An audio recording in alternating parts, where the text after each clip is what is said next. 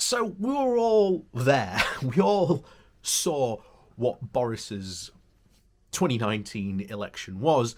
The whole point was is that he had the ultimate deal in place, ready and raring to go.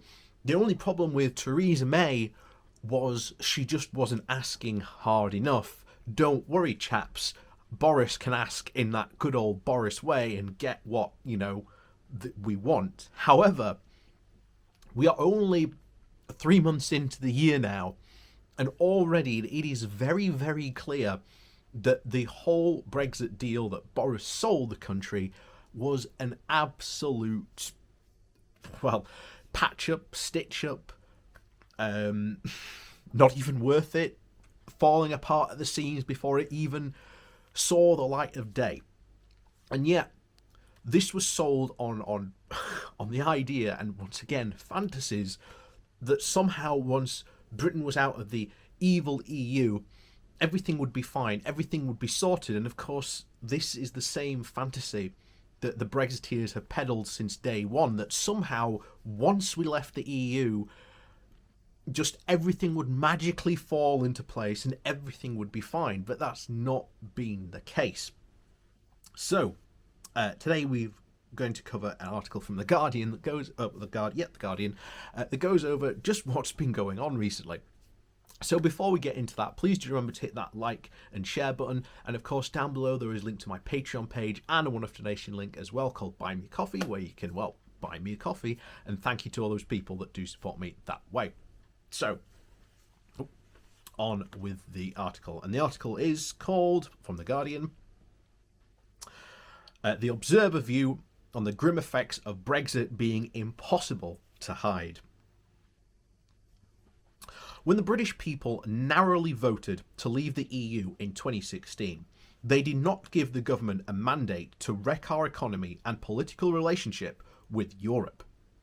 When Boris Johnson won the general election in 2019, he was expected to forge a workable new agreements and arrangements which would, with the UK's largest trading partner, not allow exporters to be strangled by red tape and extra ruinous costs. Nor was he given a green light to break legally binding promises.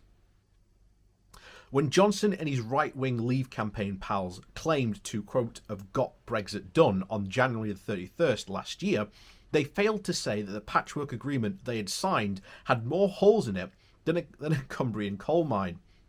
Johnson did not admit that he had fudged the critical issues such as the Northern Ireland border issues and sold out Britain's fisheries in order to claim a bogus victory. Yet, the truth will out, and day by bleak day, the epic damage caused by this incredible deception, this shameful conservative con, becomes ever more evident. No more so than Michael Gove can spin and try to hide the facts. No amount of distortion of official statistics can actually conceal the harm. Feeble claims by David Frost, the Brexit booster-in-chief, that COVID-19 and EU hostility are to blame, will completely not wash. It's clear here where responsibility lies, and lies is the operative word. Johnson and his team cannot disassemble away the alarming figures showing the UK exports of goods to the EU plunged by 40% in January, and caused in part large by the Brexit bureaucracy, incompetence and delays. That's 5.6 billion of loss when the economy can least afford it. And exports of food and live animals were particularly badly hit by over 63%. And producers of fish and shellfish, who Johnson personally pledged to protect, saw their exports collapse by 83% year on year. Adding insult to injury, the reciprocal import checks and controls on the UK side will remain absent until next year, Downing Street now confirms. In truth, the government could no longer conceal its abject failure to install the necessary border infrastructure, computer systems as well. And in practice, this means that EU exporters to the UK get a free ride while UK businesses continue to be handicapped by mountains of paperwork as agreed by Johnson. When the Observer first reported a Road Haulage Association survey early last month that indicated huge falls in exports, it was met by a completely misleading barrage of official obfuscation by Gove, and the minister responsible and was subsequently rebuked by the UK Statistics Authority for making unverifiable rebuttals based on unpublished data. Typically, for this government, Gove had failed to apologise or even set the record straight. So forgive us for allowing for asking how this only too real trade fiasco squares with Johnson's claim to have taken back control of British borders. What does the fact that Britain is now the ultimate EU rule taker tell us about this boast of having restored sovereignty? One thing is certain, it is a potential disaster for jobs, investment, consumer prices, and the balance of payments. And make no mistake, this is no temporary hitch. It is not due to stockpiling or lack of COVID jabs or bad weather or any other dreamt up excuse. The result is a fatally flawed, misconceived Brexit deal that is not and never was fit for purpose. The EU defends its own interests, no surprise there. What is shocking now is how Johnson has failed to defend Britain's. We cannot go on blaming the organisation we left for the problems we face as a result of opting to leave on the most damaging terms possible. And it will get worse later in the year, when additional EU export regulations are due to come in.